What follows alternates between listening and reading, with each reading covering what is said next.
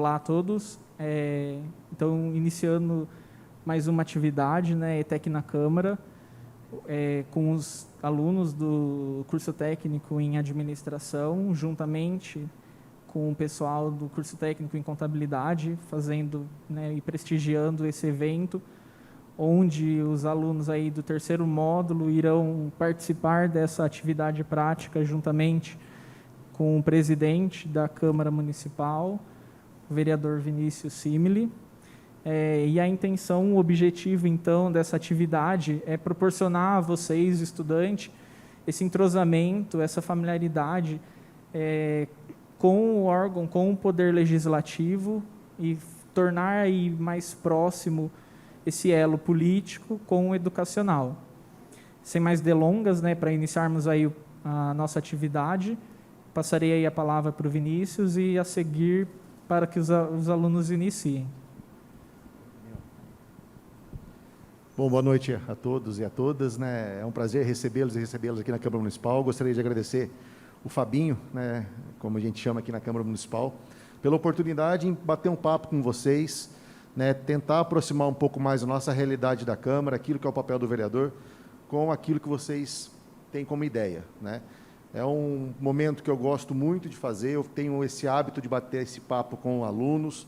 Hoje pela manhã já estive na ETEC, falando com o terceiro colegial, né? Faço esse papel desde 2017, quando assumi a primeira legislatura. Então, é algo que é importante a gente desenvolver, fazer, tomar gosto pela política, né? A política parece ser algo muito distante, algo muito longe da nossa realidade, mas ela acontece no nosso município de maneira muito aguda, né? Acontece de maneira muito importante também.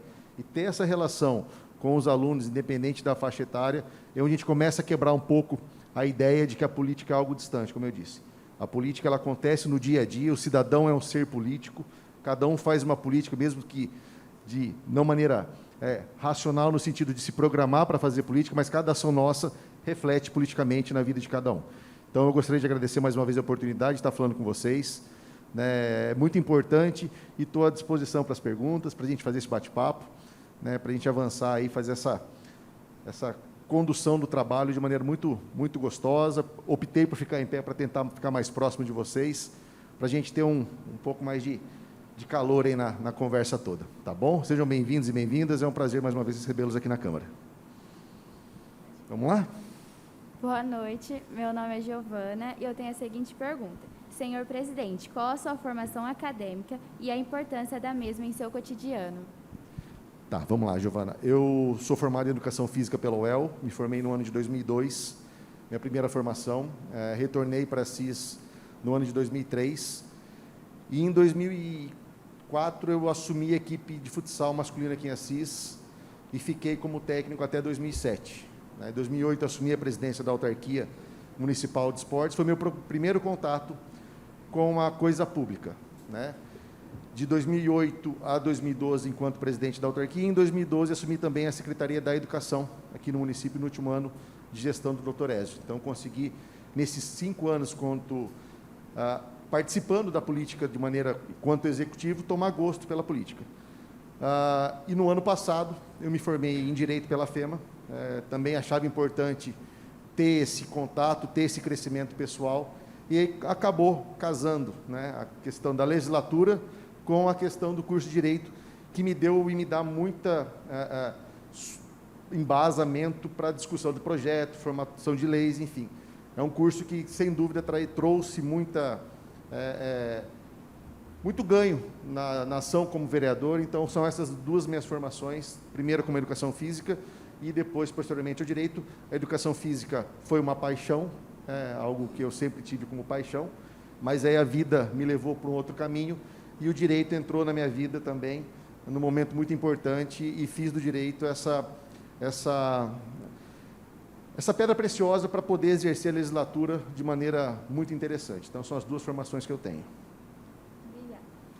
Boa noite, meu nome é Ana Júlia, e eu gostaria de perguntar para o senhor por qual motivo quis assumir essa função na política, quantas horas semanais costuma dedicar de serviço à população na Câmara Municipal? Bom, falar de quando surgiu a questão da vontade da política, né, é algo muito difícil, né? A gente acaba sendo conduzido esse processo todo de estar na política, né? Mas eu tomei gosto quando eu assumi de verdade, a primeiro momento, a presidência da autarquia lá em 2008, que foi quando a gente conseguiu, eu, na verdade, consegui ter mais contato com a coisa pública e vi que era possível montar ações, ter ideias que pudessem, de certa forma, transformar a nossa vida, da nossa sociedade, do nosso município, né? Então, foi o primeiro contato com a política em si, foi onde eu tomei gosto. E depois, em 2016, eu me candidatei pela primeira vez e fui eleito na primeira vez já como vereador. Fui reeleito na eleição passada, apenas eu e o vereador Alexandre Cachorrão fomos os reeleitos aqui da Câmara dos 15, né? Os outros, alguns não optaram pela candidatura, e eu e o Alexandre fomos reeleitos, né? Agora, quantas horas dedicadas, desde a minha primeira legislatura, eu optei por abrir mão de parte da minha vida particular para me dedicar à legislatura. Então, toda a tarde, estando presidente ou não, eu me dedico exclusivamente à legislatura. Eu tenho uma outra atividade, mas eu consigo conciliar pela manhã, e à tarde, praticamente toda a tarde, enquanto presidente, eu estou aqui toda a tarde, né, das 2 até as 6 horas da tarde, porque é algo que é importante, enquanto presidente, estar aqui. Mas, independente disso, quando eu me convenci que era importante estar vereador, eu optei por abrir mão da metade do meu tempo particular para estar vereador. Então, mesmo não sendo presidente, eu tenho a tarde livre para pensar, para dialogar, para participar junto com a sociedade das ações. Boa noite, meu nome é Gabriela e a minha pergunta é como que o senhor consegue conciliar a sua vida pessoal, profissional e política? Bom, Gabriela, melhorou, Stephanie? É difícil, não é fácil. A gente tem que abdicar de algumas coisas, é importante dizer isso, né? Quando você parte para uma vida pública, a gente deixa de ter a vida particular. Pode parecer redundante e até dizer a mesma coisa, as pessoas se apropriam da sua vida, né? E aí você tem que começar a tentar separar as coisas, né? Conciliar isso é algo, no primeiro momento, assusta um pouco, né? Você ter essa coisa dúbia, né? De você estar na política, as pessoas te reconhecerem na rua, e às vezes você se sente até, eu no meu caso, um pouco assustado no começo, né? Que as pessoas começam a te reconhecer e você não imagina a importância que isso tem para a pessoa que te reconhece, né? Então, conciliar isso, e com a família, eu digo que é quem mais sofre, meu pai, né? As pessoas que convivem diariamente com a gente, elas sofrem bastante com a questão pública pela exposição. A gente está exposto, a gente está aqui, a gente sabe das nossas limitações, mas a vida particular e a vida pública, elas se confundem muito num determinado momento, né? Não tem como separar mais, né? Não dá mais para deixar de estar na vida pública ou deixar de estar na vida particular. As duas coisas hoje, elas caminham juntas, né? Elas caminham de maneiras paralelas. Então, é algo que a gente tem como trabalhar, como eu disse, no começo era um pouco mais difícil, hoje eu consigo, já me habituei um pouco mais, mas é algo que ainda, em determinados momentos, gera um conflito, porque você tem que abrir mão, às vezes, muito da vida particular, né? Quando você quer se dedicar, você tem essa ideia de dedicar, você abre mão da família, abre mão de amigos, para estar na vida pública. E acho que, se a gente quer mudar alguma coisa na política, na vida pública, a gente tem que abdicar em determinado momento dessa questão particular também, da vida privada. Boa noite, meu nome é Isadora e a minha pergunta é: qual foi o impacto em sua família da sua decisão de entrar na política? Sempre planejou seguir esse ramo profissional? Não foi fácil no começo, né? Quando você coloca seu nome para um pleito, que nada mais é que uma avaliação, né, para uma eleição, atrás de você, como eu disse, tem uma série de pessoas que sofrem junto, que acabam torcendo, que choram junto às vezes, né? Isso traz uma carga emocional muito grande. Mas isso é muito bem discutido, é muito bem conversado com a família, né? Não dá para separar, como eu disse na pergunta anterior, né? Então a gente tem que tentar levar o mínimo de problema, levar o mínimo de discussão que acontece aqui no ambiente político para dentro de casa, né? Então a gente tem que tentar separar, mas não dá sempre, né? Então a gente tem que buscar mecanismo para fazer com que a família ela não sofra tanto Porque hoje a gente tem um elemento muito catalisador das discussões, que são as redes sociais. Então, às vezes, você está na tua casa, seu pai recebe uma mensagem de determinado assunto que aconteceu na Câmara, e aí as pessoas acabam, né, extrapolando um pouquinho a questão, e a família, a gente está mais acostumado. Eu falo que aqui o couro nosso vai ficando duro no dia a dia, né? A gente vai, de tanto apanhar, sofrer crítica, também sofrer elogios, né? A gente vai acostumando e o couro vai ficando duro. Então, a gente está mais habituado. Agora, quem está de fora, que é a família, às vezes não consegue compreender isso e sofre. A hora que você pega uma mensagem no celular sobre determinado assunto, se eu votei a favor ou contra, a crítica sempre vai existir. E a família, às vezes, não tem ainda como depurar isso, ainda não depurou essa ideia.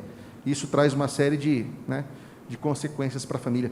Tem um segundo item da sua pergunta que eu acho que eu não ouvi. Se eu sempre planejei? Isso. Não. Na verdade, planejar não. Eu falo que aconteceu naturalmente, né? Entrar na política foi algo natural. Eu fui convidado lá para assumir a autarquia e, desde então, a coisa foi acontecendo naturalmente, né? Mas não foi um projeto de vida, né? Eu vou ser político. Não foi um projeto de vida. Tá bom? Boa noite, senhor presidente. Meu nome é Isabela. Eu gostaria de saber como o senhor enxerga a necessidade e a importância dos jovens em terem contato com o ambiente político. Você sugere alguma dica ou tem alguma sugestão para essa nova geração? Vou começar de trás. Tá? A sugestão, acho que começa aqui, né? É nessa conversa, é nesse bate-papo, tomar gosto pela política. Eu acredito que não existe uma equação matemática ou algo do tipo que te conduza à vida política, né? A sugestão que eu dou é que seja um agente político, né? Na escola, na sociedade, na família, né? Que trave discussões políticas, porque a gente precisa tomar gosto pela política. O fato de vocês estarem aqui hoje já demonstra um pouco isso. Política é um negócio chato, não é um negócio que a gente discute habitualmente no dia a dia com a nossa família, que a gente discute no almoço, né? Mas a gente tem que discutir isso. E hoje a gente vive um cenário político muito triste, né? De extremos. Ou é o vermelho, ou é o preto, ou é o amarelo, ou é o azul. Não existe tolerância para essas discussões mais. E a gente tem que terminar com isso. Eu falo que gente boa tem que ocupar espaço em qualquer lugar, seja na política, seja na escola, seja em qualquer ambiente de trabalho. E a gente tem muita gente boa que ainda não se atentou, não teve gosto pela política. E o primeiro passo é estar aqui, né? É procurar saber como é que funciona a nossa cidade, como é que funciona o nosso legislativo, como é que funciona o poder executivo, para que esse processo, que é um processo, na verdade, que essa construção ela aconteça de forma natural, como foi comigo. Eu tenho certeza que aqui tem muita gente que gosta da política, mas ainda não se atentou, não teve esse contato direto. E quando você começa a trabalhar com a política, você começa a perceber que você conseguiu, através de ações políticas, mudar a vida das pessoas, isso é muito gostoso. Então, o primeiro ponto, sem dúvida, é essa questão de entender e participar da política. Você disse que foi escoteira ou é escoteira? Sim, escoteira. É uma ação política. Eu tenho certeza que dentro do grupo de escoteiro que você convive, você tem uma série de ações ali que não é uma política político-partidária, mas é uma política, né, do bem comum ali, do seu grupo, e é isso que a gente faz aqui na Câmara, né? Trazer para a nossa realidade aqui aquilo que acontece minimamente dentro do seu grupo de escoteiro. Então, é tomar gosto. Eu tenho certeza que você entrou de um jeito enquanto escoteira, hoje você já vê o escotismo de outro jeito. Sim. Né? Escotismo que fala? Escotismo, isso. Né? Já vê de outro jeito. Então, é esse processo que a política também faz com que a gente tome gosto. Né? Não existe bola de cristal, não existe uma mágica, mas é um processo como um todo. Beleza. Tem mais uma pergunta, acho que não tem? A importância dos jovens no ambiente político? Dos jovens. Isso. A importância? Tem aquela velha máxima, né, que o jovem é o futuro da nação, né? A gente sempre ouve isso, né? E Se eu perguntar aqui, eu tenho certeza que poucos vão levantar a mão de quem gosta de política, né?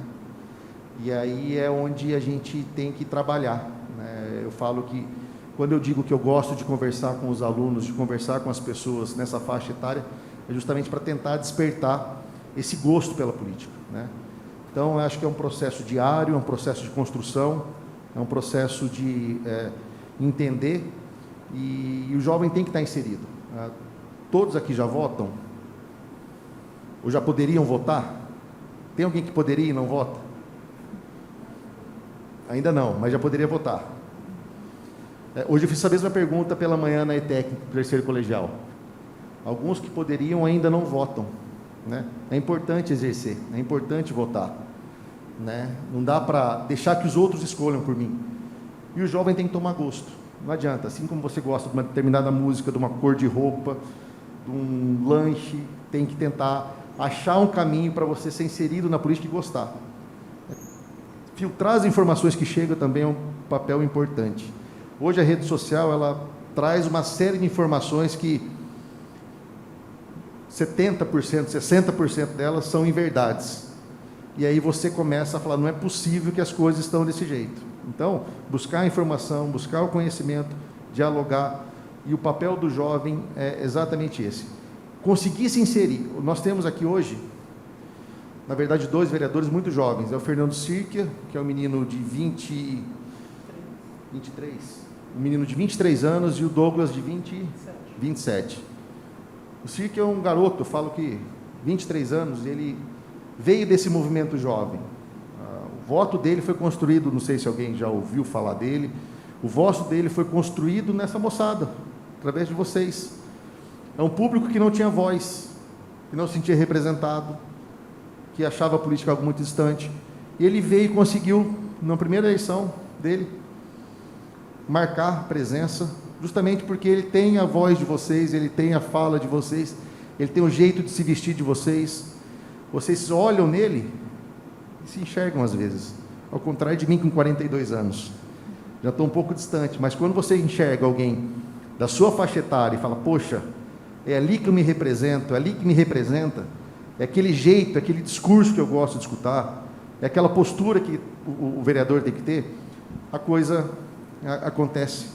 Então, é estar inserido e buscar alguém que te, de certa forma, te oriente e seja seu espelho. Tá? Beleza. Obrigada. Obrigado.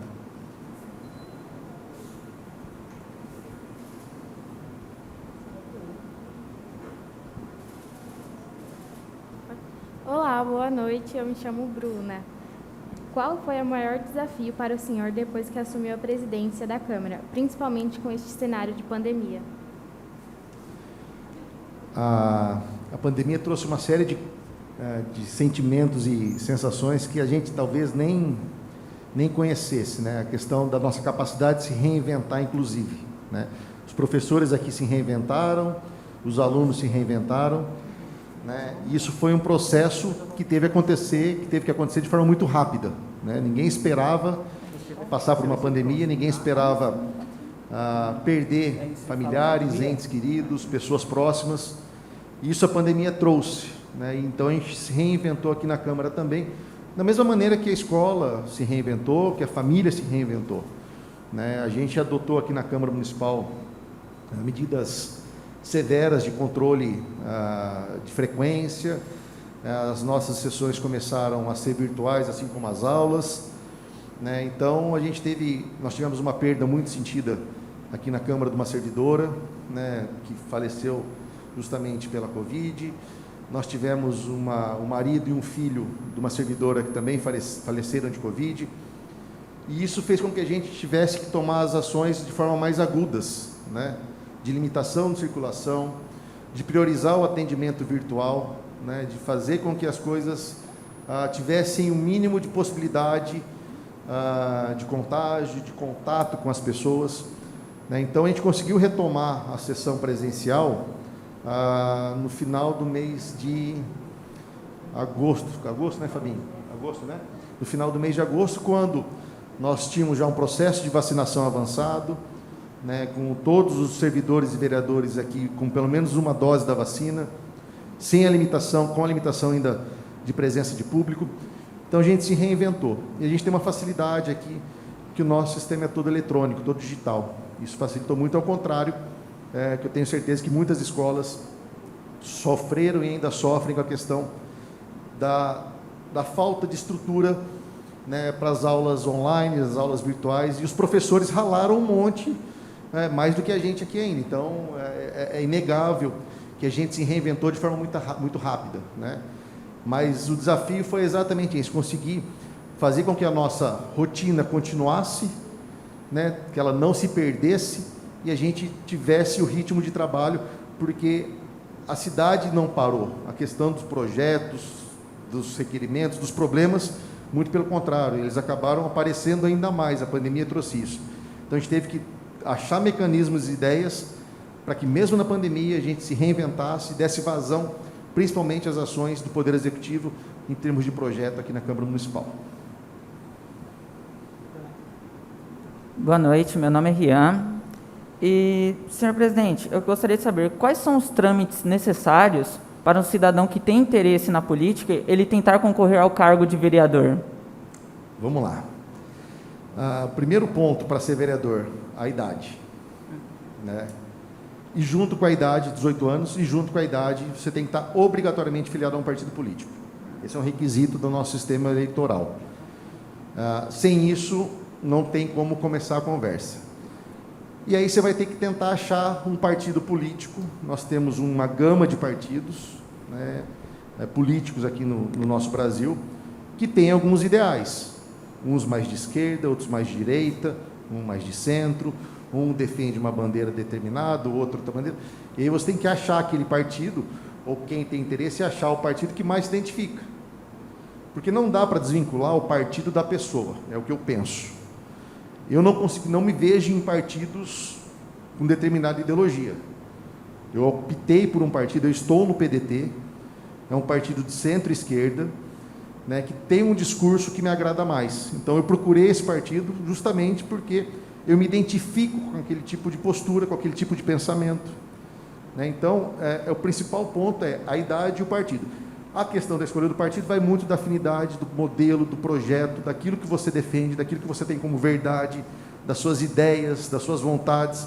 E aí você se filia a um partido, né, 6 meses antes da eleição, para poder ter direito a se candidatar numa próxima eleição. Então, o processo é mais ou menos assim. Tá bom? Boa noite. Meu nome é Cícera. E a minha pergunta é a seguinte: de que forma a Câmara de Vereadores vai se posicionar em relação à reestruturação da economia mediante os problemas relacionados ao coronavírus? Caramba! Pois é, né? Nós aqui na Câmara, o vereador, na verdade, ele tem uma série de limitações. E a principal delas, uma das principais dela, na verdade, é que a gente não pode criar projeto de lei que, em tese, onere ou que traga custos ao poder executivo. Como é que a gente pode auxiliar nessa recuperação, nessa retomada? É tentar achar mecanismos e ideias que auxiliem o poder executivo nessa retomada, né? Os projetos, eles acontecem, ou ele é de origem parlamentar ou de origem do executivo. E a gente tem tentado aqui na Câmara, principalmente em projetos que versam sobre abertura de crédito, né? E aí tem um professor aqui que falou, acho que esses dias na aula, sobre a questão dos créditos, né? Dos créditos suplementares. Então, vamos imaginar que o município tenha lá uma estimativa de gasto de 100 mil reais, pensando na retomada da economia, para aquisição de equipamentos de informática que possam auxiliar a geração de emprego. E aí chega um projeto para a Câmara, pedindo para que a gente suplemente essa ficha orçamentária em 500 mil reais, abre um crédito suplementar de 500 mil reais, para comprar mais desses equipamentos. A gente tem tentado dar celeridade aqui nesse processo. Normalmente, um processo aqui na Câmara um projeto, na verdade, demora em torno de 40 dias.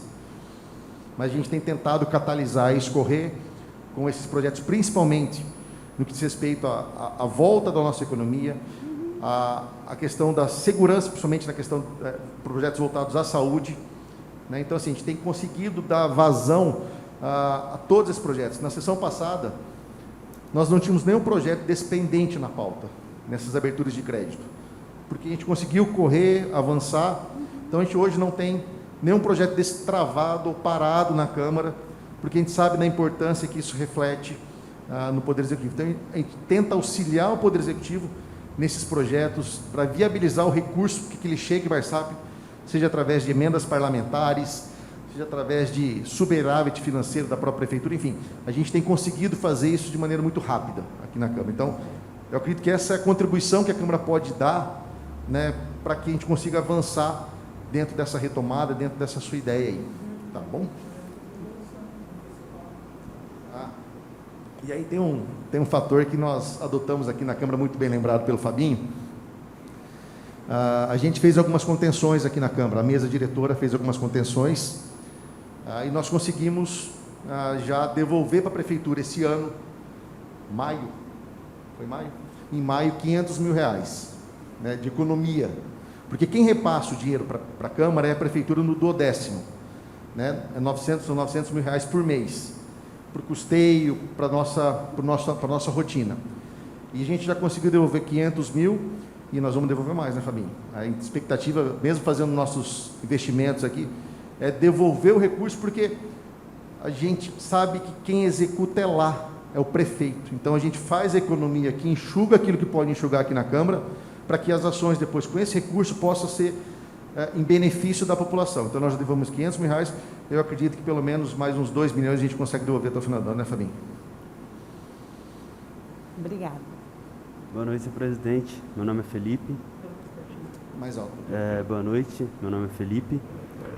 Minha pergunta para o senhor o que o senhor prioriza para fazer as indicações de lei? Tá. O que eu priorizo para fazer as indicações de lei? Bom, existem algumas situações.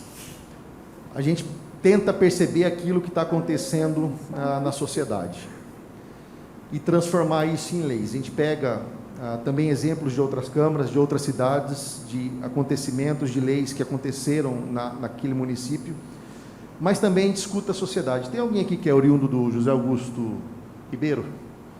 Algum aluno, alguma aluna que veio de lá? Tá.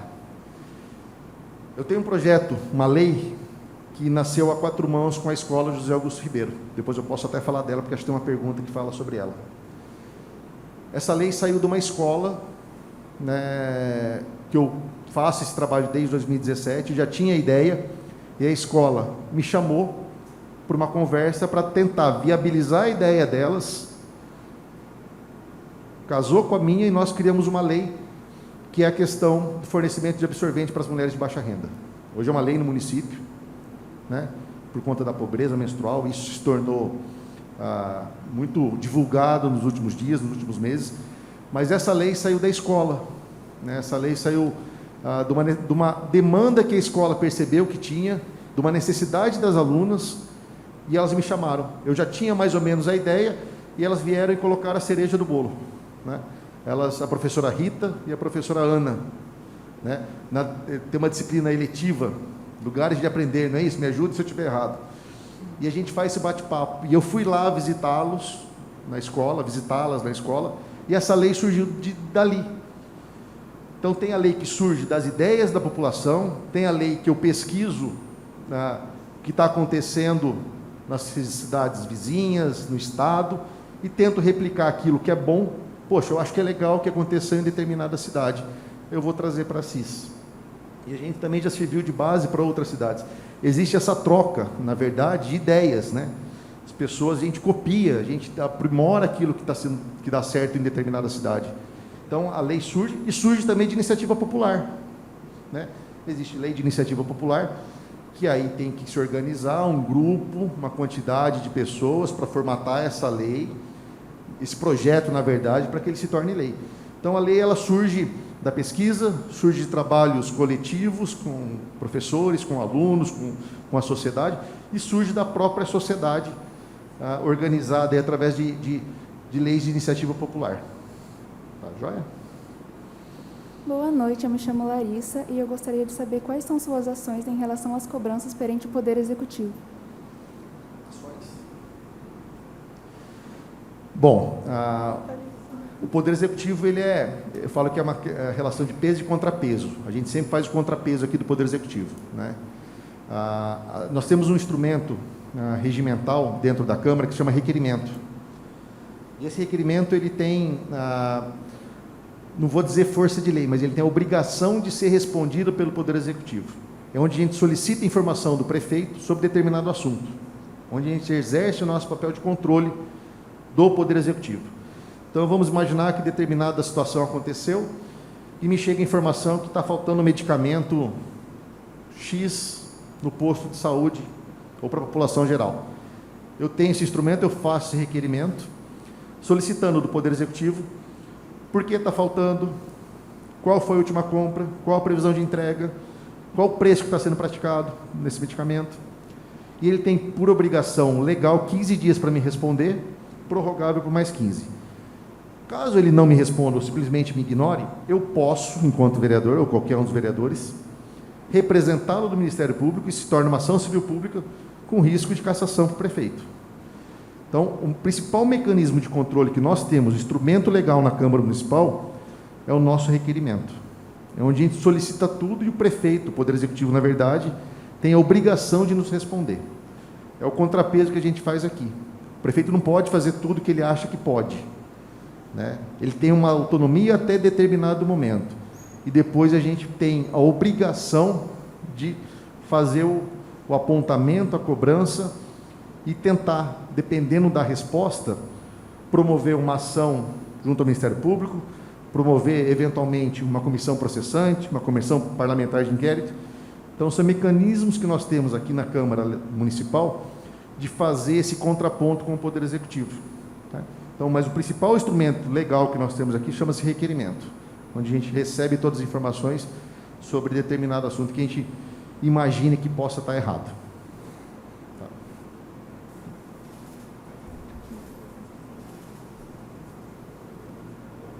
Boa noite, me chamo Mariana. Boa noite, me chamo Mariana e gostaria de saber quais são os tipos de sessões plenárias e para que servem. Bom, nós temos algumas sessões aqui na Câmara Municipal. Nós temos a sessão ordinária, que ela acontece habitualmente às segundas-feiras, né, que é a nossa principal sessão, onde a gente discute projetos, nossos requerimentos.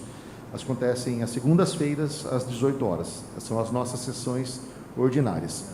Nós temos a possibilidade de sessão extraordinária, quando convocada pelo prefeito para abordar determinado assunto. Vamos imaginar que tenha acontecido, como aconteceu, lembra quando caiu aquela ponte ali aqui perto do Walmart? Nós fizemos uma sessão extraordinária, a Câmara estava em recesso ainda, porque precisava aprovar um crédito suplementar para que a ponte fosse arrumada. Então, nós temos a ordinária e a extraordinária, quando o prefeito convoca ou quando o presidente da Câmara convoca. Na verdade, o prefeito solicita e o presidente da Câmara faz a convocação dos vereadores.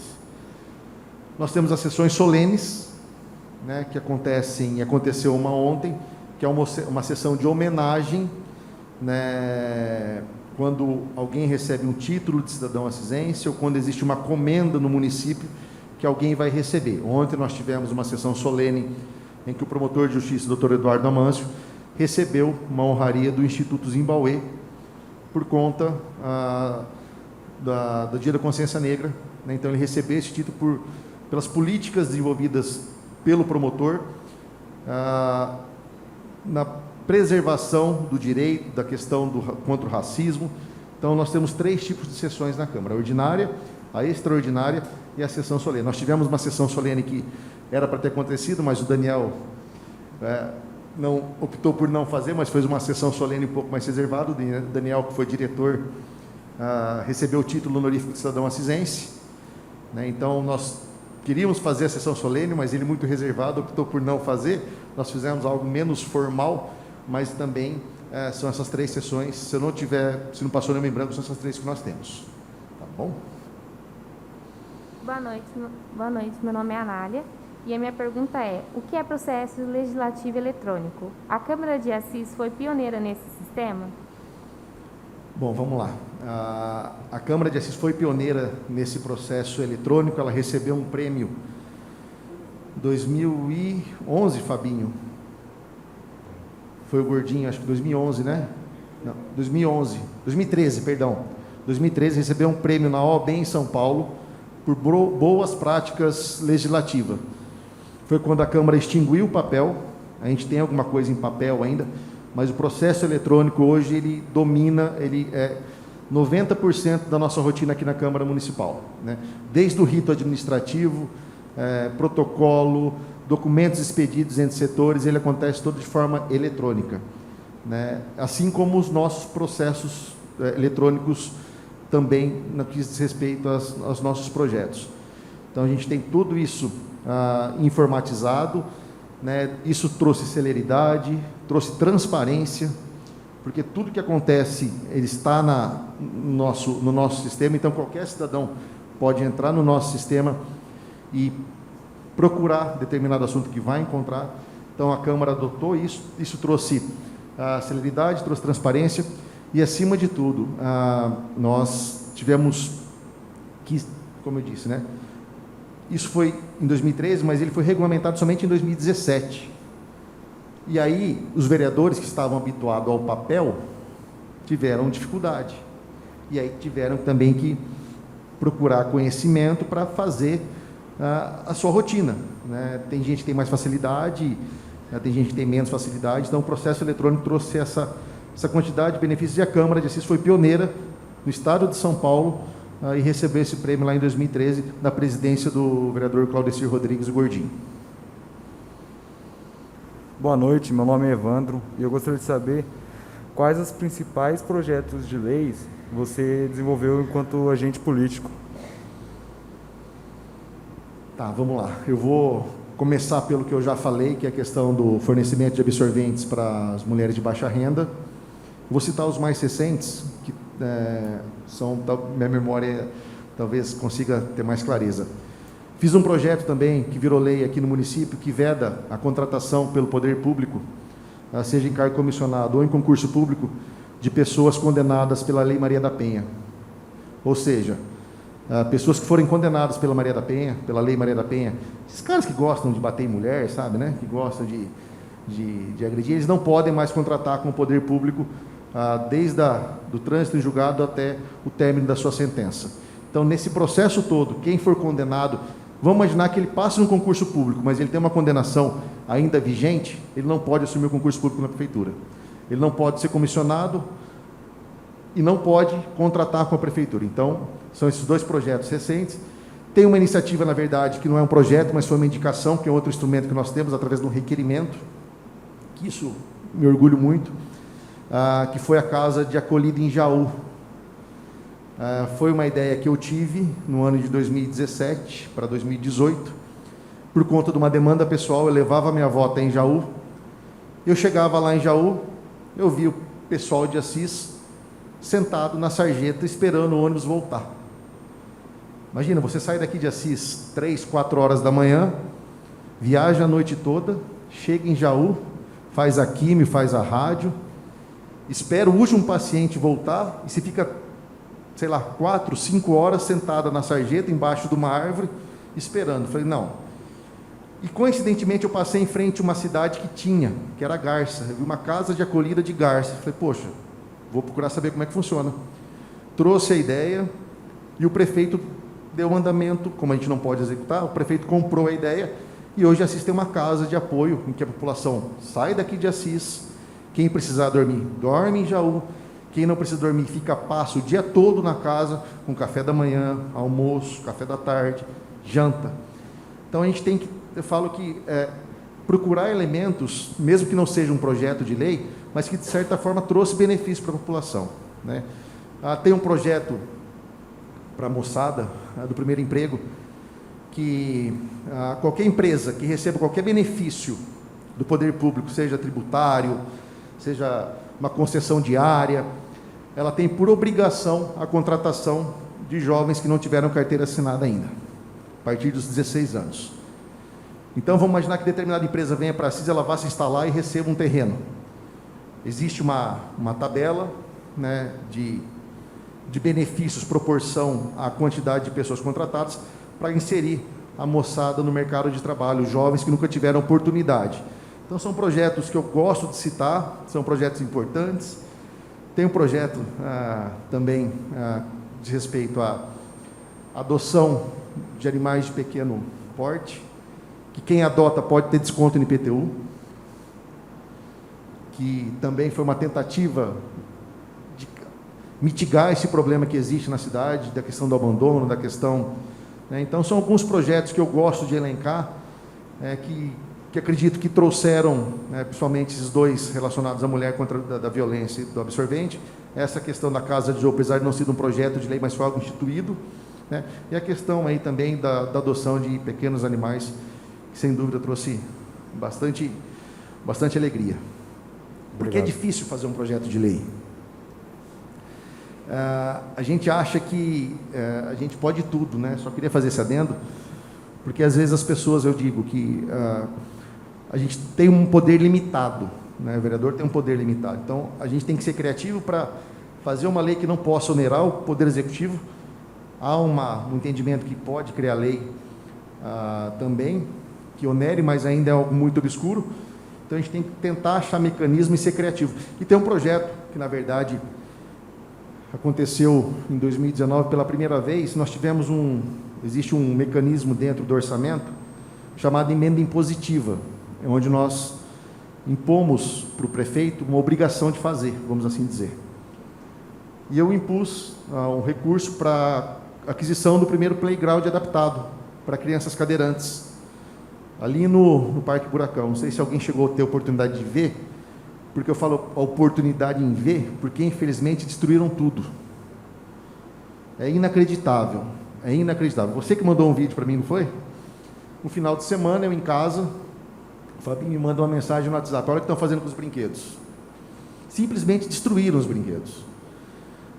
Simplesmente acabaram com os brinquedos. Foram 15 mil reais investidos para as crianças serem inseridas num espaço em que a população, de maneira porca, alguma parte dela, da população, de maneira porca e irresponsável, colocou as crianças. Se fosse criança, estava bom. O vídeo eram pessoas de 2 metros de altura, simplesmente detonando o brinquedo. O brinquedo simplesmente não aguentou, não sobreviveu. Retiraram o brinquedo, cercearam essa questão da inserção dessas pessoas com deficiência, com mobilidade reduzida. E a Assis era pioneira na região. Era pioneira. A Record veio fazer uma matéria aqui. E simplesmente acabaram com isso. E agora a gente está pensando, como que a gente faz? A gente coloca os brinquedos de novo e cerca, cria um ambiente apartado, para essas crianças terem o direito de brincar? Porque eu não imaginava. Aí que está a ideia do projeto. Surgiu de uma amiga que tem uma sobrinha que é cadeirante. Ela construiu um brinquedo na chácara dela, e depois ela viu uma reportagem, acho que na cidade de Amparo. Falei, vamos comprar a ideia. E aí a coisa se perde, né? A gente não pode permitir isso. É inacreditável que a gente vai ter que criar um ambiente em que era para essas crianças serem inseridas no Parque Buracão, um espaço central, e que simplesmente foi destruído. Essas crianças estão alijadas de qualquer oportunidade de lazer. Eu não imaginava. Tem criança, né, que nunca tinha balançado num balanço, para ser redundante, né? Nunca tinha ido no gira-gira. Era um espaço lindo, mas a gente vai pensar em mecanismos para voltar, porque não dá para a gente fazer de conta que essas crianças não existem mais e deixar o brinquedo guardado lá no almoxarifado da prefeitura. Então, isso a gente vai retomar, e aí é um processo de conscientização, é um processo longo de educação, né, e não só os brinquedos adaptados. Se vocês passarem na rua, as academias ao ar livre que tem aí também, infelizmente, todas destruídas. O poder público tenta, mas infelizmente existem pessoas que não têm o senso coletivo, não conseguem ter a convivência em sociedade para respeitar aquele espaço, para preservar aquele espaço. Parte da população ainda, uma pequena parte, ainda não entendeu a importância do que é viver em sociedade. Boa noite, me chamo Daniel e tenho a seguinte pergunta. para exercer a profissão de vereador é necessário ter um conhecimento em diversas áreas? Daniel, não é. A condição, vou voltar na pergunta que me fizeram, 18 anos, está afiliado a um partido político e ser alfabetizado. A única condição é essa. Nós tivemos aqui na Câmara Municipal, num passado não muito distante, um problema muito sério de um vereador, né, que trouxe uma série de problemas para a Câmara. Foi motivo de uma investigação policial, foi motivo de uma ação civil pública, né, que ele não tinha a mínima condição cognitiva de exercer a função, mas ele cumpriu o requisito formal, que era ser alfabetizado. E sabe como é que ele comprovou a alfabetização dele? Através da carteira de habilitação. Porque para você ser habilitado, você tem que saber, pelo menos, ler a placa, né? Velocidade, limite, retorno. E aí, a partir desse problema, a polícia o investigou. Por quê? Se ele não conseguia assinar o nome dele, como é que uma pessoa dessa é tida como alfabetizada? Não conseguia ler, não é nem questão de assinar, não conseguia ler onde estava o nome dele na lista. E aí desencadeou um processo criminal, e isso está rolando. Mas ele tinha o documento, ele cumpriu o requisito formal, e não tinha o que fazer. Então, infelizmente, a gente não tem essa nota de corte, não tem esse mecanismo para filtrar. Cumprir esses 3 requisitos, a pessoa pode estar vereador. Eu discordo um pouco, mas eu respeito, porque existe a questão da representatividade. Não é uma questão só, não falo de formação, não. A pessoa tem que ter conhecimento mínimo, e não é formação universitária. Eu acho que precisa ter uma avaliação mínima que seja, para a pessoa saber concluir um pensamento, ter uma linha de raciocínio lógico, né? O Tiririca, aquele deputado, ele teve que fazer uma prova por conta desse problema também, mas ele passou na prova, ele cumpriu o requisito. Formação eu acho muito distante, mas a pessoa tem que ter o mínimo de capacidade, essa palavra certa, de exercer, de entender, né, o que é, como funciona, mas isso também é um processo. Acho que formação universitária, acho que ainda não, mas ter o entendimento, ter essa possibilidade de cognição um pouco mais elaborada é necessário. Boa noite, meu nome é Amanda e minha pergunta é: como o senhor se posicionaria frente a um projeto polêmico com grande repercussão e participação da sociedade? O senhor teria um exemplo de algum projeto que tenha vivenciado?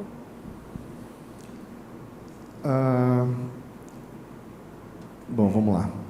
O que eu penso, assim, eu acho que quando a gente se torna vereador, ou a gente, como ser humano, estando ou não vereador, a gente tem as nossas convicções.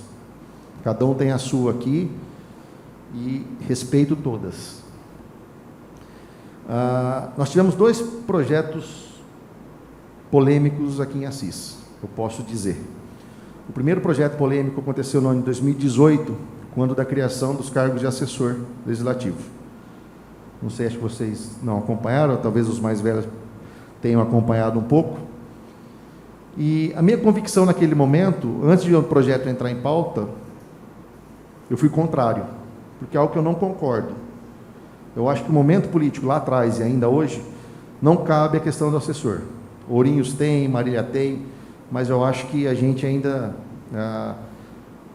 não precisa. Pode ser que precise um dia. E aí, a minha convicção, a minha concepção foi para me colocar contrariamente a esse projeto desde o seu nascimento, desde quando ele surgiu a ideia aqui na Câmara. Existiam 3 vereadores contrários, eu, o vereador Carlão Binato e o vereador Gordinho da farmácia. Nós 3 éramos contrários do seu início. Os outros 12, totalmente favoráveis. Totalmente favoráveis. Colocaram um projeto para votar na quarta-feira de cinzas, na expectativa de que a população estivesse de ressaca de carnaval. Vamos colocar numa quarta-feira de cinzas, nós votamos o projeto é aprovado, cria o cargo de assessor e ponto. Quarta-feira de cinzas, a Câmara parecia um formigueiro, o tiro saiu pela culatra. Porque a população entendeu, porque a rede social fez esse papel de levar a informação de maneira muito rápida, que isso é bacana da rede social. Aqui parecia um formigueiro. Tinha gente na janela aqui, tinha gente na janela aqui, tinha gente em pé. Foi uma bagunça, um regaço, para falar a verdade. E aí, como fazer a sessão? Não tinha clima para fazer a sessão. Não tinha condição de fazer a sessão. Mas foi gostoso, foi bom, foi importante. O mesmo papel que a gente exerce aqui do contrapeso ao Poder Executivo, a população exerce na gente. E aí, o que aconteceu? Polícia suspende a sessão, não conseguia falar. O vereador pegava o microfone, a mãe dele era homenageada o tempo todo. E aí, a rede social trouxe essa situação. Aí suspendeu, a polícia veio, tira a população, deixa a população. Como é que fica esse embate? Conclusão, resumindo a história. Todos votaram contra. Todos votaram contra, sem exceção. Aqueles mais fervorosos, que eram favoráveis, sentiram a pressão. Porque ninguém gosta de ser confrontado. Ninguém gosta, né, de ser xingado. Subi aqui para falar, a população, o vereador, meu Deus, não dava coragem de ouvir o que se falava ali. E a população fez isso com muita propriedade. Né? Então, eu vivenciei esse momento nesse dia, e a minha convicção lá atrás me falou, é contra, não é aquilo que eu penso, e vamos embora. Então, bacana, legal. E tivemos um projeto um pouco mais polêmico esse ano também, que instituía o dia contra o preconceito LGBTQI, instituía de conscientização do LGBTQI, um dia para ser lembrado. E aí, um projeto que a população ainda não conseguiu participar, né, não houve a presença da população, mas foi um projeto polêmico. Foi um projeto que a rede social circulou, deu vazão, deu voz. Né, foram 2 projetos polêmicos. Esse, no meu ponto de vista, não foi aprovado. Eu penso que, talvez não, penso que é um projeto que é importante para a sociedade. É um projeto que o dia da conscientização nada mais é lembrar de pessoas que precisam ser lembradas. A gente tem aqui eu não voto contra o presidente, infelizmente, votaria favorável a esse projeto, né? Por entender que a gente precisa avançar em algumas discussões. E aí esse projeto foi reprovado com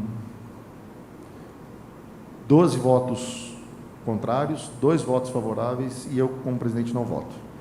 Então, foram 2 projetos que eu me lembro assim, de ter uma polêmica mais aguda. Né? Então, foram 2 projetos que...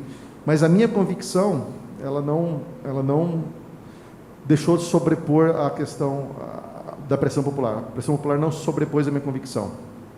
Né? E eu procuro votar sempre com a minha convicção. Né? Lógico, não é uma coisa fechada. Né? A gente constrói também... pensamentos, mas foram 2 dias que me marcaram bastante. Um do assessor e o outro, na minha opinião, muita tristeza a não aprovação desse projeto. Acho que a gente precisa avançar. A gente tem vários dias de conscientização, esse seria mais um, que seria importante a gente ter avançado nisso. Até fiz um desabafo no dia, eu tenho um irmão que é homossexual, e disse isso no dia da sessão. Eu vejo o preconceito que ele sofre, eu vejo a violência que ele sofre, e eu achava que era importante, eu tenho certeza que é importante, a gente quebrar paradigmas. Ninguém vai ensinar ninguém a ser nada, não era um projeto sobre isso, era um projeto de respeito, sabe? Então é algo que que a gente precisa retomar, precisa ser discutido. É um problema que existe, o preconceito, e a gente precisa sempre estar um passo à frente, vislumbrar possibilidades, não simplesmente ser contrário a algo só por uma questão doutrinária. Esse é um grande problema. As nossas diferenças, as nossas preferências, elas ficam lá fora. Aqui dentro, a questão religiosa, a questão étnica, a questão de credo, cor, raça, ela fica da porta para fora. Aqui a gente tem que pensar na coletividade. E é isso que eu procuro fazer. É pensar naquilo que é bom para a maioria, bom para a sociedade. Respeito totalmente, respeito qualquer opinião contrária, esse é o nosso papel. Eu tenho que fazer valer o direito do contraditório, mesmo que isso não seja a minha opinião. A gente precisa falar, parlamento é para isso. Respeito, mas não concordo. E a gente precisa fazer essa discussão aqui dentro da Câmara. A gente precisa avançar diariamente. É um projeto polêmico? É. Demanda carinho? Sim. E precisa ser discutido isso. Então, foram 2 projetos que eu me lembro, tiveram outros, mas esses 2 em especial foram bem polêmicos. Tá bom?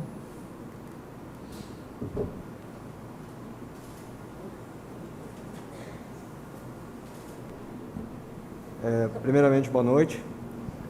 Senhor presidente, sabe se existe algum projeto em andamento para cursos profissionalizantes no sentido de capacitar os atiradores do tiro de guerra com os órgãos públicos e privados para o mercado de trabalho? Bom, projeto em específico para o tiro de guerra não existe. Não tem nada, nenhum projeto de lei para beneficiar a capacitação dos atiradores de maneira direta.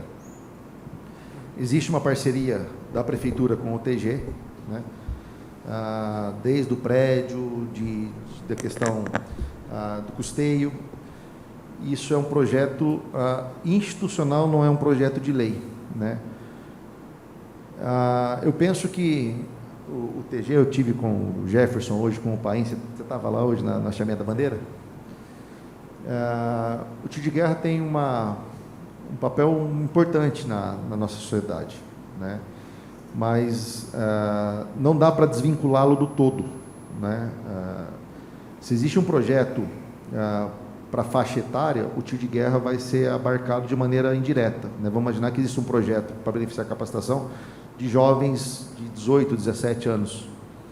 E aí os atiradores entram de maneira indireta nesse projeto também. E especificamente, e aí nós temos um problema, que é legislar, às vezes, de maneira pontual, particular. E aí nós temos a vedação. Não dá para legislar por um grupo apenas. Não dá para legislar só para os atiradores, não dá para legislar só para os motoristas da cidade, em termos de políticas que tragam benefícios. Existem legislações específicas para os motoristas da prefeitura, para os motoristas de aplicativo, para os motoristas de táxi. Existem essas legislações específicas, mas que tragam benefício. Eu posso só capacitar o pessoal do tiro de guerra, mas por que eu não posso capacitar os alunos da ETEC na mesma proporção? Então, quando você fala em projeto para beneficiar ou capacitar algum determinado segmento, nós temos que partir pelo princípio da coisa de forma heterogênea. Então, não dá para fazer um recorte apenas e pensar só no tiro de guerra. Tem que pensar na capacitação de jovens como um todo. E a Prefeitura tem alguns projetos em parcerias com a Associação Comercial, com o Sistema S, que estão tentando trazer para si o Senai, para capacitação de jovens. Existem as oficinas dentro da própria Prefeitura para capacitação de cursos técnicos também. Então, assim, existem projetos no todo, mas de maneira recortada para determinado segmento, não tem nem como fazer, porque eu não posso fazer só proteger e deixar de lado um outro segmento. Tá joia? Certo. Boa noite, meu nome é Matheus. Meu Deus. Boa noite, meu nome é Matheus. E, senhor presidente, eu queria saber se você acha que cabe à política de gestão pública simplificar modelos, processos e reduzir a burocracia? Reduzir burocracia. Reduzir burocracia? Uhum. Vamos lá, Matheus. Se tem uma coisa que a iniciativa privada trouxe para o poder público, é a questão da desburocratização. O poder público ainda era algo muito burocrático, né, muito distante. Para abrir uma empresa, os professores sabem melhor do que eu, o tempo que demorava, a quantidade de documentos que se necessitava, né, como isso era um processo moroso e desmotivador às vezes. Hoje a prefeitura ela conseguiu, digamos, um ganho muito importante na questão desse processo aí de simplificar as coisas. Tem muito ainda a fazer, né? Mas hoje você, por exemplo, você consegue emitir uma certidão pelo site da prefeitura, uma certidão negativa. Hoje você consegue emitir seu carnê de IPTU pela internet, né? Então, isso é um processo contínuo que a prefeitura tem tentado fazer. Hoje você tem, através do WhatsApp, uma série de canais interativos com a prefeitura, que você aciona desde uma troca de lâmpada, né, até a marcação de uma consulta.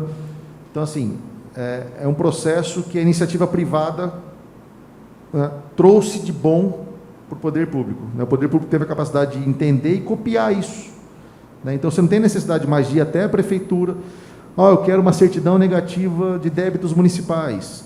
Você consegue retirar no próprio site da prefeitura, né? Então, é um processo que ainda carece de aprimoramento, mas já evoluiu muito, né? Então, é um processo contínuo que já trouxe bons resultados, mas tem muito a melhorar também. Primeiramente, boa noite. Meu nome é Letícia e a minha pergunta é: qual o caminho percorrido de um projeto de lei até a sua aprovação ou rejeição? Bom, primeiro passo, ter a ideia e você colocar a ideia no nosso sistema.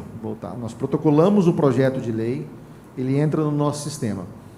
Esse projeto, a partir do momento que ele entra no nosso sistema, ele é distribuído para as comissões. Nós temos 3 comissões que analisam previamente esse projeto.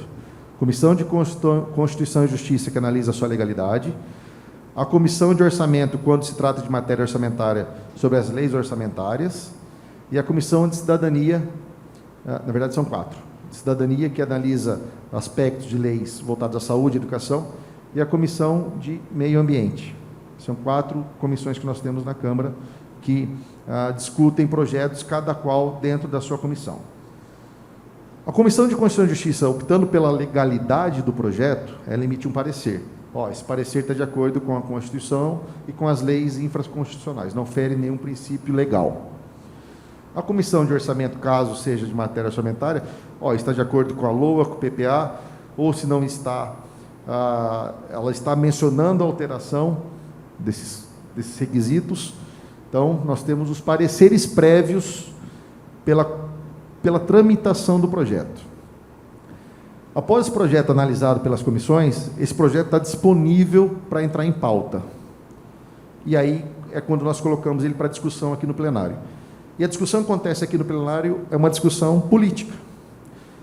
O projeto ele pode ser constitucional, que é um requisito obrigatório para o projeto vir para a pauta, porque se ele for declarado inconstitucional, ele nem chega na pauta, ele morre lá na comissão, ele nem vem para discussão. Então, ele tendo requisitos formais dos pareceres, ele entra para discussão. E aí o nosso voto aqui é político. Vou dar o exemplo do projeto do assessor. Ele era legal, na questão da legalidade, ele cumpriu os requisitos da questão orçamentária, foram as 2 comissões que analisaram. Ele veio para a pauta. E aí o voto, ele acontece a favor ou contra. Esse projeto, no caso, foi rejeitado por unanimidade, né? Então, aí ele se tornou rejeitado. Se ele tivesse tido 8 votos, que é a nossa maioria simples aqui, nós somos em 15, então, para um projeto ser aprovado, a depender da matéria, ele precisa ter 8 ou 10 votos. Nesse caso, 8. Se ele tivesse 8 votos, ele seria aprovado. Se tivesse 7-7, cabe ao presidente o desempate. presidente só vota em caso de empate. Então, o projeto tem esse trâmite dentro das comissões, e isso demora no rito normal, em torno de 40 dias, né, porque as comissões se reúnem a cada 15 dias, a Comissão de Constituição e Justiça, composta por 5 vereadores, as demais 3 vereadores. Né?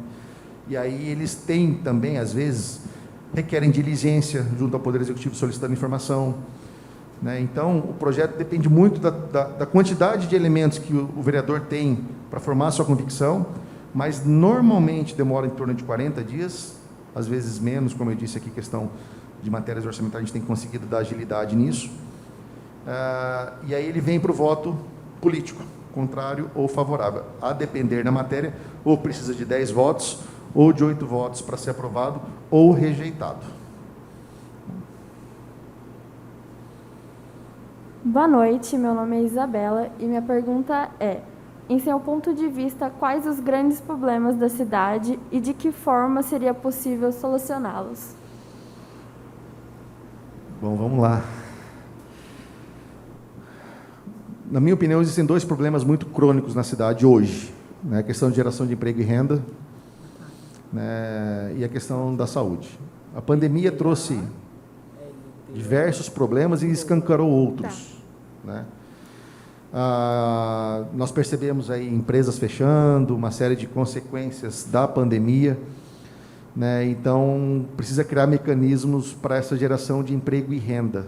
Né? Há uma faixa da população muito grande desempregada no nosso município, e precisa achar mecanismo para fazer a reposição no mercado de trabalho dessas pessoas.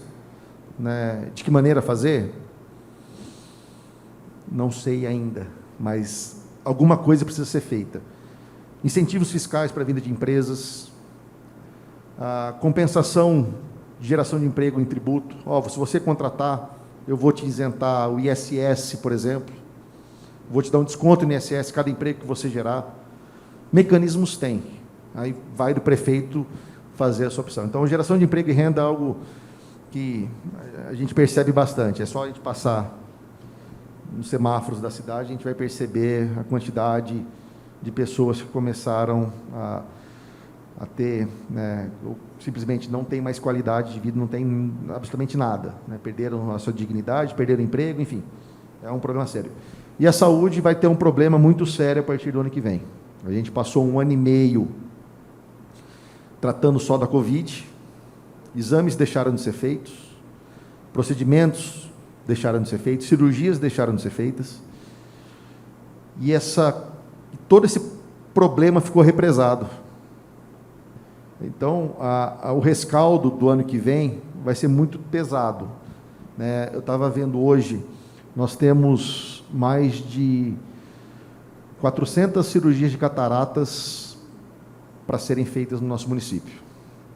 Nós temos, se eu não me engano, acho que 2.000 colonoscopias que precisam ser feitas, se não estiver enganado, tá? Acho que são esses os números, posso depois até verificar com mais precisão. Que ficaram estancados porque a rotina da saúde ela parou.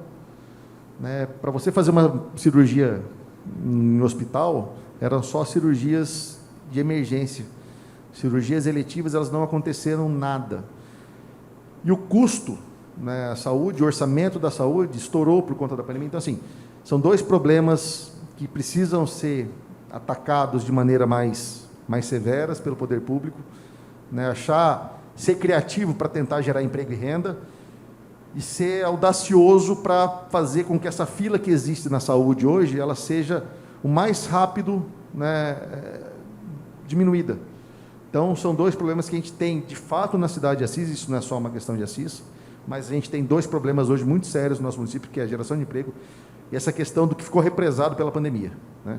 Então, são 2 problemas que precisam ser atacados o quanto antes. Boa noite, presidente. Meu nome é Natália.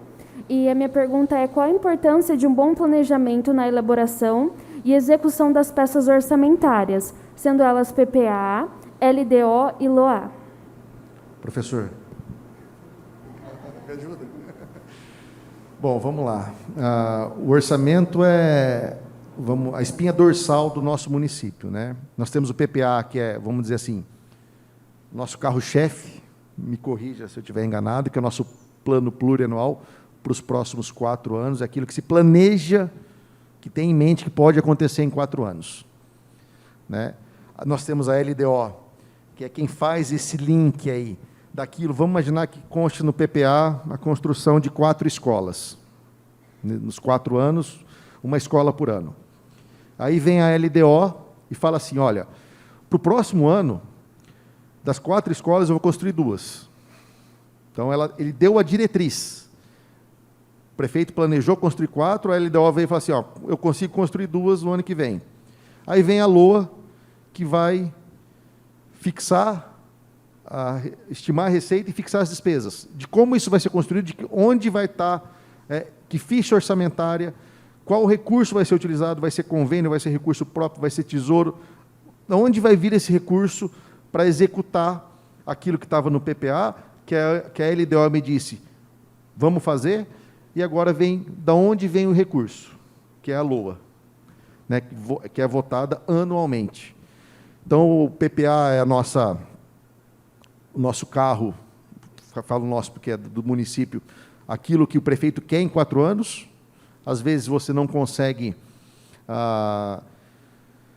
dar vazão a isso, porque existe uma série de ponderações que precisam ser feitas, mas o que eu observo no município de Assis é que as peças orçamentárias elas vêm sendo replicadas Ctrl+C, Ctrl+V, Ctrl+C, Ctrl+V, Ctrl+C, Ctrl+V, ano a ano. Né? E aí você tem uma colcha de retalhos, em determinado momento, que você começa a suplementar a ficha. Lógico, acontece coisas que fogem, né, daquilo que é planejado. Mas a gente vive abrindo crédito, às vezes, para as mesmas coisas, por falta de planejamento. Né? Vamos abrir crédito para aquisição de medicamentos. Tem lá R$100 mil para comprar de pirona. Mas o prefeito sabe que no ano passado ele gastou 200 mil, mas ele insiste em colocar 100 mil na peça orçamentária, né? Na LOA. Por que não colocar 200? Aí vem um projeto para a Câmara. Aprova ou não aprova?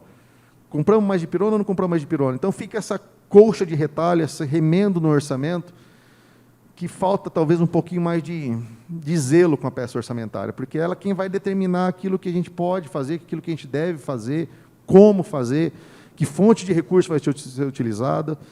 Então, precisa de uma melhor elaboração. A gente tem, às vezes, a assessoria do Fabinho aqui. Fabinho, ajuda a gente aí, me explica, né, como é que está funcionando esse negócio todo.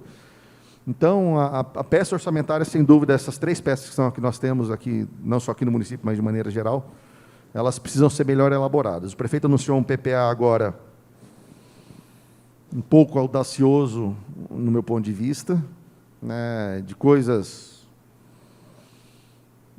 até certo ponto, impraticáveis, mas vamos confiar que vai dar certo. Eu já votei um PPA e não saiu do papel. Né? E aí a gente espera que dê certo. Torce também, porque a gente quer que a coisa avance. Mas é importante a questão da elaboração dessas 3 peças orçamentárias, sem dúvida nenhuma.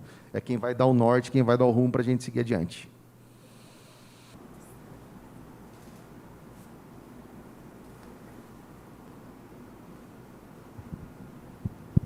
Boa noite.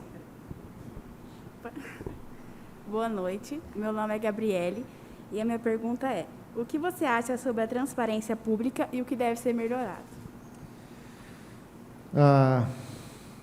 Eu acredito que uma das principais ferramentas de controle social é a transparência. O portal da transparência foi um ganho muito substancial na questão do controle, né, do controle social. Qualquer um hoje aqui pode acessar o site da Câmara Municipal e ver quanto gastou em água, luz, quanto ganha o funcionário, quanto gastou com combustível.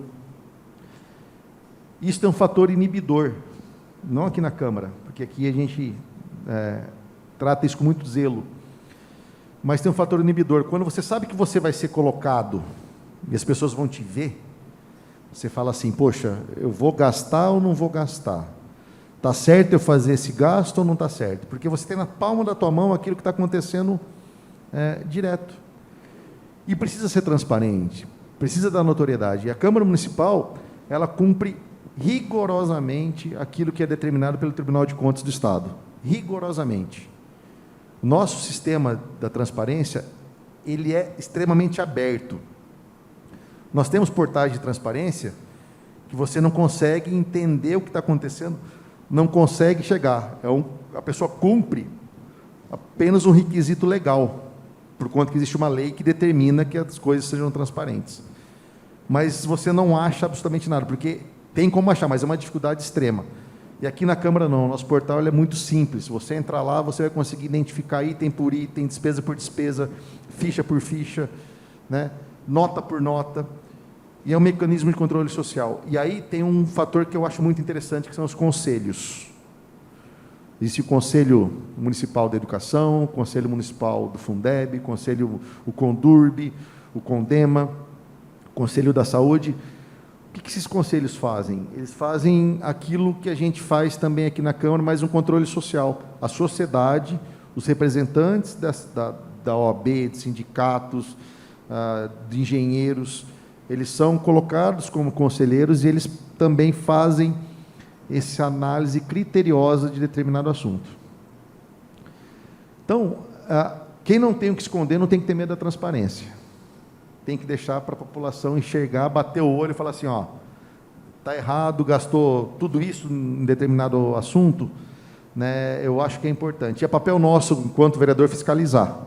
A gente tem esse papel de fiscalizador, que é uma incumbência nata nossa. E o portal da transparência traz muito elementos para a gente, muito. Porque é empenhado, é liquidado, é pago, a gente tem na mão. Então, não tem como esconder. Existem alguns problemas no município de Assis na questão da transparência. A FEMA é um problema. A FEMA é uma instituição que nasceu pública e o portal da transparência dela ainda não é algo 100%. Precisa melhorar muito. Eles implantaram o portal da transparência somente esse ano, de maneira muito precária ainda. Isso a gente fala na Câmara, então a gente pode falar sem problema nenhum. Precisa melhorar muito. Apesar da receita da FEMA não ser receita pública, a FEMA não recebe dinheiro do poder público, a FEMA recebe dinheiro da mensalidade, mas a sua concepção, quando ela foi criada como uma fundação pública. Então, ela tem que obedecer os mesmos critérios da Prefeitura, da Câmara, ela sofre fiscalização do Tribunal de Contas, ela tem que obedecer a lei de licitação, e a FEMA instituiu apenas nesse ano o portal da transparência. Mas é um portal muito ruim ainda. Precisa melhorar bastante. A gente tem cobrado aqui na Câmara, porque precisa deixar as claras. Tá? E a transparência, sem dúvida, quem não deve, não teme. Boa noite, meu nome é Ana Beatriz, e a minha pergunta é: qual a relação e intervenção que a Câmara tem com as tentativas de implantação de empresas de grande porte em nosso município? Boa pergunta. Diretamente, a Câmara não tem essa incumbência, não é papel da Câmara. Eu volto a falar. Nós aprovamos da questão de debater as ideias e fazer com que as coisas avancem. No ano de 2019, nós criamos uma lei de fomento, uma lei nova no nosso município. Nós temos um distrito industrial precário, né, que quando foi feito lá na década de 90, não tem infraestrutura nenhuma, não tem água, esgoto, sinal de internet, energia elétrica, o negócio é asfalto, galeria de água, ou seja, é um distrito industrial que não atrai, ele repele. Você chega um empresário e fala, vou lá no distrito industrial. Você vai lá ver o distrito industrial e fala, caramba, não vou vir aqui nunca. Estou indo para outro canto, vai para Ibirarema, construir um distrito industrial novo, vai para Alexandria, que levou uma empresa nossa agora daqui, a AGI, está lá. Por quê? O cara não tem, ele olha e fala, não vou para outro canto. E aí nós aprovamos uma lei de fomento, na expectativa, uma lei que veio do Poder Executivo, na expectativa que isso pudesse ser catalisado, pudesse ser incrementado a questão do negócio, a questão de geração de emprego. Mas a lei de fomento está engavetada. Ela não foi executada durante 2 anos. Estão fazendo uma adequação na lei, que disseram que é necessária, a gente está aguardando essa lei, essas adequações virem para a Câmara para ver o que mudou, como mudou, por que mudou. Porque, isso, como eu disse, é um problema na cidade, precisa ser atacado. O prefeito anunciou, terça-feira ou quarta-feira, um micro distrito industrial próximo à rodoviária, ali beirando a Raposo Tavares, quase em frente a Ficar, um espaço pequeno para acomodar empresas pequenas. Tem uma área comprada do município, que nós aprovamos a aquisição aqui, próximo ao aeroporto, um pouco para frente do aeroporto, uma área grande, mas que também está parada, né? E não dá para a gente achar que as empresas virão para si se não tiver benefício. A gente vai continuar perdendo, atravessando a ponte para o Mato Grosso, ali, acho que em Bataguaçu, tem uma política muito severa de benefício fiscal para as empresas irem para lá, né? Se você pegar também, acho que é Rio Verde, se não me engano, tem uma política muito agressiva. Então, a gente não tem o papel de protagonista nessa história da questão da vinda de empresas. A gente precisa valorizar primeiro, o que eu acho, tá? Aí é uma opinião. Valorizar o que a gente tem aqui em Assis. A gente tem muita empresa que tem potencial de crescimento. Muita. Mas ela não encontra contrapartida do poder público. O cara não vai investir em Assis se não tiver uma contrapartida do poder público. Como é que o cara vai gerar 100 empregos em Assis se o poder público não faz isso aqui para ele? E o poder público tem mecanismos de fazer isso crescer. Tem que fazer parcerias, tem que criar oportunidades para essas empresas. Não dá mais para a gente perder. Perdemos uma rede de supermercados para Cândido Mota, perdemos a AGI. Isso não é só questão de emprego, é questão de tributo que deixa de ser arrecadado no município e depois em política pública devolvido para a população. Então, a gente tem que mudar um pouco esse círculo e achar que não dá para fazer. Pô, mas se a cidade ali está fazendo uma política agressiva para trazer empresa, ou para fazer com que a empresa que esteja aqui em Assis cresça, por que a gente não faz?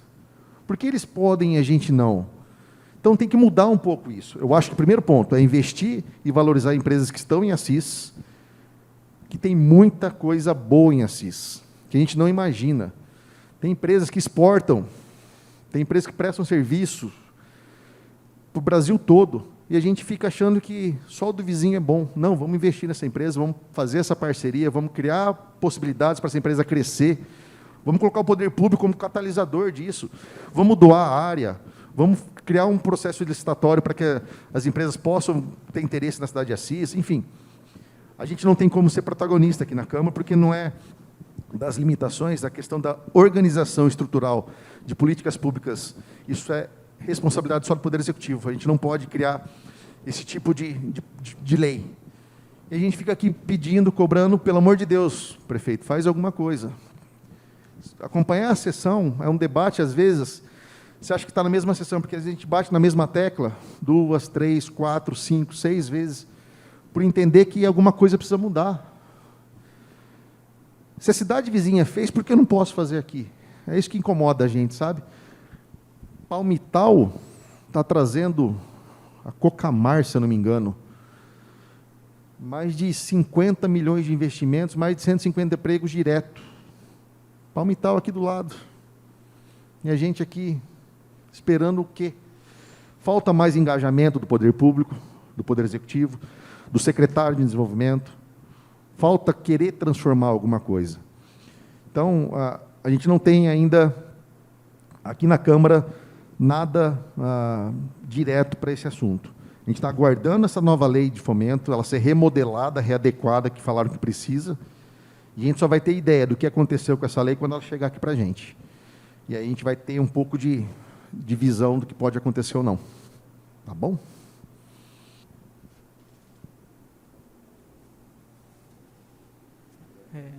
Pessoal, antes de finalizarmos, gostaria de ver se ainda existe algum aluno que queira fazer algum tipo de pergunta, que ainda tenha ficado com alguma dúvida. Certo? Então, dando sequência, né, antes de já indo aí para o término, eu gostaria primeiramente de agradecer, né, essa dedicação, essa disposição, atenção do Vinícius, presidente da Câmara, em poder nos atender em plena sexta-feira, né, para desenvolvermos essa atividade, poder trazer aí, traçar esse laço entre a ETEC, entre a unidade escolar com o poder legislativo. Além disso, atrelar um pouco do conhecimento teórico que a gente tem dentro das disciplinas com a prática, com a vivência que um agente político eleito por nós faz no nosso dia a dia. E gostaria, em nome aí de todos os alunos, em especial dos módulos, né, finais, gostaria, né, todos, mas a princípio convidar aqui a Gabriela Fiorucci para ela poder entregar uma singela homenagem de forma de agradecimento.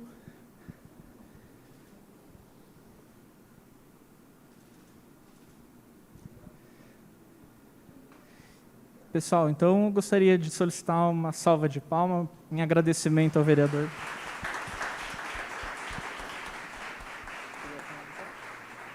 Vou tirar a máscara agora um pouquinho, pode, né? Eu vou pedir licença para tirar a máscara um pouco, que estou meio sufocado. Eu gostaria de agradecer de coração. Essa foi a primeira oportunidade de fazer esse bate-papo com vocês. É algo que me deixa muito confortável e me dá motivação. Eu acredito que essa prática de trazer vocês para cá, da gente tentar criar um vínculo, que eu falo, Poder Legislativo e Educação, ela é muito importante. Eu saio daqui diferente do que eu entrei hoje, né? As perguntas muito bem formuladas, muito bem pontuadas. Então, a gente percebe que existe uma sinergia, existe uma série de elementos aí que nos traz motivação. Eu saio motivado daqui, saio agradecido pela oportunidade, saio muito feliz com a vinda de vocês aqui na Câmara hoje, uma sexta-feira, como diz Fabinho, que a gente poderia estar fazendo qualquer coisa, né, menos aqui discutindo política, ou falando de política, né, mas mostra que a gente tem um caminho pela frente. Né, eu falo a gente porque é a cidade, nós, né, eu estou vereador, né, e não sou mais candidato a vereador. São 2 mandatos, acho que é o ciclo natural, acho que é um processo natural. Depois você perde um pouco, na minha opinião, perde um pouco a eficácia, perde um pouco aquilo que se propõe a fazer. Foi o que eu me propus ser candidato. Caso reeleito, são 2 legislaturas apenas para ficar aqui na Câmara Municipal. Que a gente consiga mudar a nossa cidade, que a gente consiga mudar a nossa sociedade com pouca coisa. A gente precisa ser criativo, a gente precisa ser audacioso, às vezes, a gente precisa fazer enfrentamentos que a gente não gosta de fazer, mas a gente precisa fazer, a gente precisa ter coragem, discernimento. Então, eu estou à disposição para recebê-los aqui na Câmara. Eu estou toda a tarde aqui, né, até o final do ano, né, Fabinho, que acaba o meu mandato enquanto presidente, depois volto para o gargarejo aqui. Ser presidente, só um adendo, foi algo que nunca me motivou tanto. Né? Eu sempre, o Fabinho sabe disso, e acabou acontecendo ser presidente, até mesmo por uma questão de permanência na Câmara. O Alexandre já tinha sido presidente, e aí uma Câmara totalmente renovada acabou acontecendo de forma natural. Então, eu estou aqui toda a tarde. Se tiverem interesse, tiverem ideias, tiverem sugestões, estou aberto a todas, né, para recebê-los aqui. É só uma questão de nem agendamento, mas é perguntar se eu estou por aqui, se eu estou ocupado, é só descer, recebo, converso, porque esse é o meu papel também, né, é um papel pedagógico. Estar vereador é levar informação, levar aquilo que acontece, porque a gente não pode ter essa distância, né, da sociedade. A gente tem que estar junto, a gente tem que trabalhar no desenvolvimento em comum da nossa cidade. Então, o meu agradecimento, Fabinho, pela oportunidade, né, e estou à disposição sempre. Eu vou deixar meu celular com o Fabinho já tem, faço questão que ele passe para vocês meu celular, para que, caso tenha alguma ideia, tenha alguma sugestão, que a gente afine essa discussão. Caso tenha algum problema no bairro, na rua, em alguma coisa aqui, tenham como a gente ajudar, a gente está aqui para isso. E se tiverem alguma ideia, não ache que a sua ideia é tola, tá? De projeto, porque a gente tem que dar vazão a essas ideias. A gente tem que arriscando que a gente consegue produzir alguma coisa, consegue mudar alguma coisa. Então, meu agradecimento a vocês, aos professores, aos alunos, de maneira muito especial. Né? Sair daqui muito feliz, muito agradecido pela oportunidade de estar conversando com vocês. E voltem sempre, voltem como cidadão, voltem como cidadã, voltem como aluno, aluna, voltem para assistir uma sessão, fica o convite aqui, né? Às vezes está tranquilo lá numa segunda-feira, vem ver um debate, como é que é feito, como é que o projeto é discutido, quais são as opiniões dos vereadores. Né? Então, acompanhem a gente, venham cobrar, venham puxar nossa orelha, né, venham dar sugestão, a gente precisa desse feedback, a gente precisa desse retorno. Porque, às vezes, a gente acha que a gente não tem essa relação, e a gente precisa começar a ter essa relação mais aguda, mais próxima de todos. Então, mais uma vez, meu agradecimento. Né, sextou, né, agora, podemos dizer assim, e a gente está aqui para ajudá-los no que for preciso. Contem com a Câmara Municipal, né, a gente está de portas abertas aqui para recebê-los em todas as oportunidades que forem necessárias. Tá bom? Obrigado, um beijo no coração de vocês todos aí. Valeu.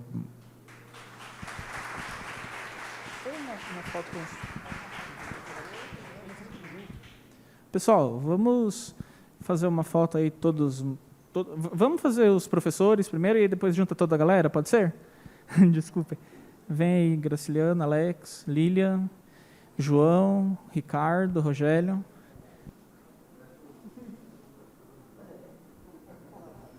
Pessoal, venham aí todo mundo.